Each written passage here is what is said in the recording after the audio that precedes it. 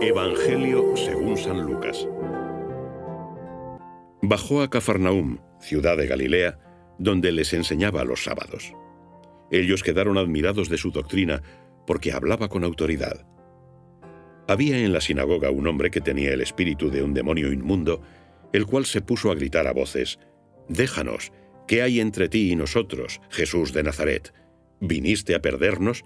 Sé quién eres, el Santo de Dios». Entonces Jesús le increpó diciendo: «Calla y sal de él». Y el demonio, arrojándole en medio de ellos, salió de él sin hacerle ningún daño.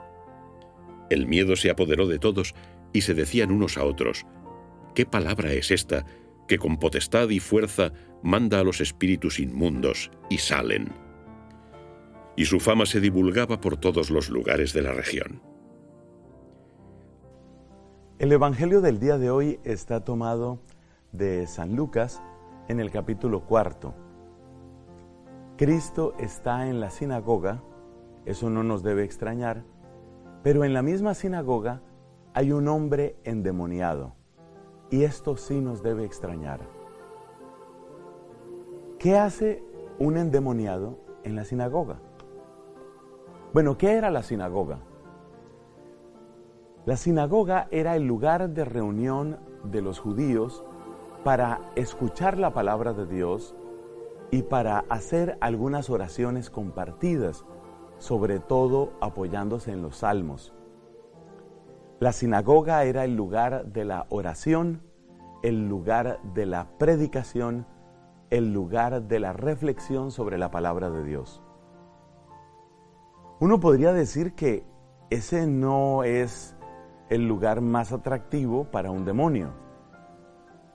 Pero precisamente una de las enseñanzas que nos trae el pasaje de hoy es que debemos conocer un poco mejor de cuáles son las estrategias del enemigo cuando se trata de buscar sus propios fines y propósitos. Efectivamente, sabemos que, por ejemplo, en el pasaje de las tentaciones, ¿cómo atacó el demonio a Jesucristo? ¿Qué fue lo que utilizó principalmente? Seguramente lo recordamos. Su estrategia principal fue tomar versículos de la Sagrada Escritura. Por ejemplo, ¿recuerdas ese famoso? Le dice el demonio a Jesús: «Arrójate desde lo alto del templo». Porque hay un salmo, y efectivamente es el Salmo 91, que dice que enviará a sus ángeles para que tu pie no tropiece en la piedra. Se ve que el demonio tenía bien estudiada la Sagrada Escritura. Parece que tiene muy buena memoria para la Biblia y por eso ataca a Jesucristo usando la Biblia. Por eso también debemos entender que la presencia del endemoniado en la sinagoga, aunque sea solamente por una analogía, no tiene que extrañarnos tanto, porque parece que el demonio está muy interesado en la Biblia, está muy interesado en los estudios bíblicos. Y de aquí debemos sacar dos enseñanzas muy importantes. Primera, la Biblia no es un libro mágico, es decir, el hecho de tener mucho conocimiento de la Biblia, el hecho de saber muchos versículos y de poder citar muchos textos, todavía no significa que tú seas salvo. Especialmente en el mundo cristiano no católico, es decir, el mundo protestante, se ha afianzado una idea que yo la llamo casi una idea mágica sobre la Biblia. Es decir, que si yo conozco muchísimo de la Biblia, entonces ahí está mi salvación. Pero se ve que el demonio asiste a la sinagoga y se ve que el demonio es capaz de retener en su memoria, que debe ser una memoria muy potente, retener muchísimos textos de la Biblia. O sea que no es el simple estudio de la Biblia y no es la simple memorización de textos lo que te va a dar la salvación. Esa es la primera advertencia. Entonces, ¿cuál es la segunda advertencia?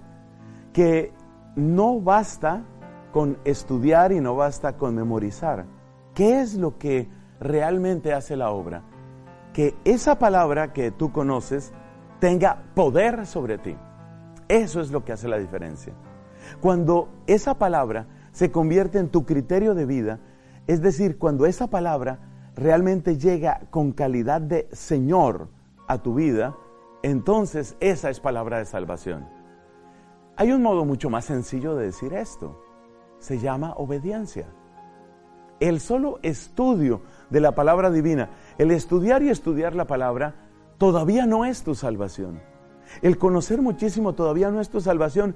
Y por favor, atención, que hay gente que hace muchos estudios bíblicos, pero fíjate que algunos de los grandes herejes, incluyendo personas como Martín Lutero, fueron personas que estudiaron mucho la Biblia. No basta eso. Se trata de la obediencia a la palabra.